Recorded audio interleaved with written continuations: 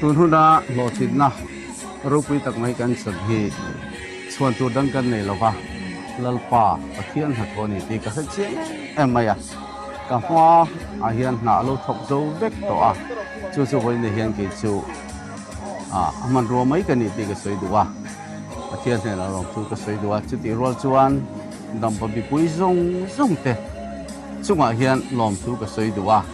mình vote lâu tu te ăn nỉ po trong trái sắc na mình nỉ tu sắc tu giống sông thế là lòng tu cái sợi đũa tin khovel muốn sang sang mình zo ram sung nỉ lâu ram phone theng qua mình trong trái sắc tu te vang lòng tu cái sợi đũa tin này hiền cái sắc na tu ta na phone bang thế công sang sang mình bị sắc tu te hiền tin lung ta kinh lòng tu cái sợi đũa tổ bây giờ chuan với này hiền ăn vote lúc tắc mấy với này mình để tu giống thế hi thiên lung châu de changin an chunga hian lo tu ti tak ti setin ka soi ani